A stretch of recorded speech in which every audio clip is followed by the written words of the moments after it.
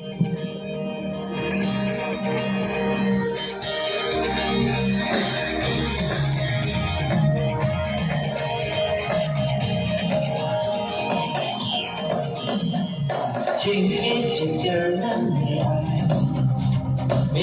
hikayat banduan Nilang isyadin jangan Bigkasan ni ay beryangan Habang datang ajaran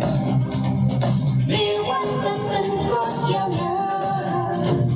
Tumakin yang aku dan Bakal izin mula jangan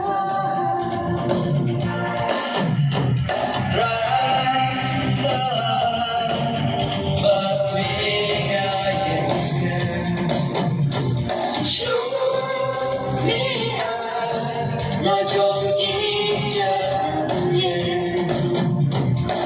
Lòng sương mà vẫn đang chờ nhau Cô gái ai bao biết đến nắng bắt ngã Chỉ lần nhẹ chỉ nghĩ Vì sao Hà ba ngã tâm ngã trả trái Vì quanh tâm tình của nhà gái Cô mang mình ra ngã What the reason you got to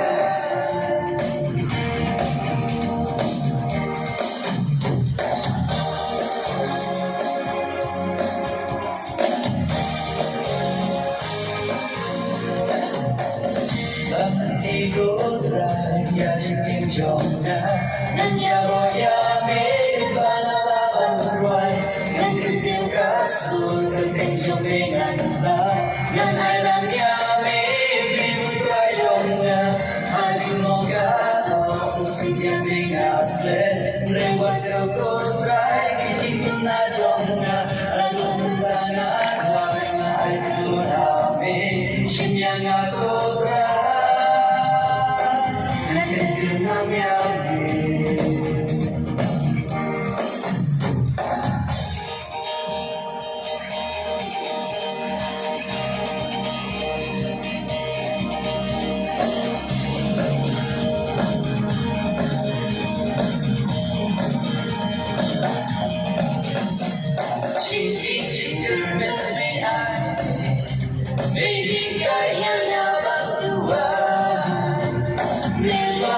Cho nên trong ngã Vì cơn sáng để